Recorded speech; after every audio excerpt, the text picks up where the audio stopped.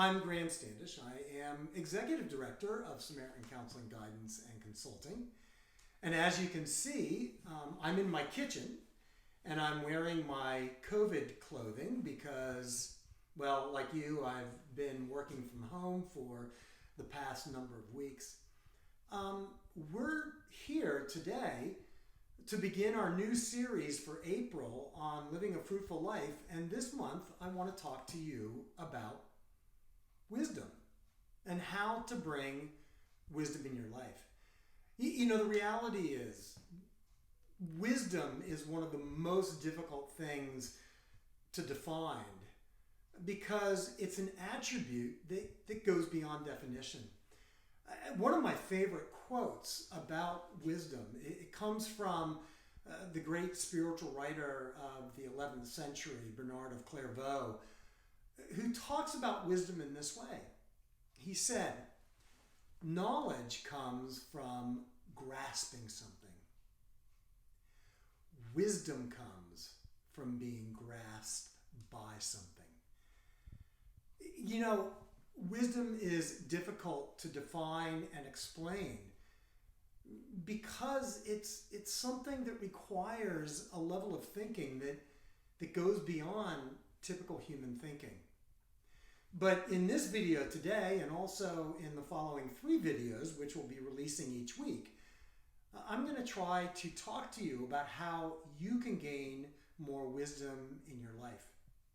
So, today I want to talk about the first aspect of what wisdom is. Because I think there's a basic understanding, which I've written about in our Samaritan newsletter for the month. There's a basic understanding about what wisdom is that I think if you can get an understanding of it, it will help you find wisdom in your life. At its very foundation, wisdom is the ability to bring together different ways of thinking to bring about the right balance to make good decisions. Now that's a nice abstract way of thinking about it. So I want to explain it to you simply, and it's the reason why I'm in the kitchen. Developing wisdom is very much like baking bread. By baking something that really is the substance of life. Okay, so I want you to imagine that you're making an important decision, and that important decision is like making bread. That important decision, you can't just come at it from one way of thinking. You actually need to come at it from integrating a lot of different perspectives. And it's kind of like this. So, if you're going to make a cake, there's a base way of thinking. There's a base to baking bread. Sorry, I said cake. We're talking about bread. There's a basic base you have to have. You have to start out with flour. And there's basic ways of thinking when you're trying to attain wisdom that are like having a base of flour. Now, your base doesn't always have to be like white flour. I mean, sometimes it can be wheat flour or organic flour. But there are basic ways of thinking about things that are important. And, you know, this is kind of the wisdom you have from your family, the wisdom you've had growing up from school. But you also need to add in different ways of thinking. You might also want to add sugar. You know, you might want to ask the question, well, what could make this decision easier? What could make the path easier? But as you might know, with some kinds of bread, you don't add sugar at all. Sugar may not be an essential ingredient to it, or it may. Also, it requires other things. It requires salt. And salt is kind of like the traditions we've grown up with the basic teachings of guidance that can come from church or religion, or our families, or like our grandparents have told us about. That's what Jesus talks about being the salt of the earth. Also, it can include having things like baking powder.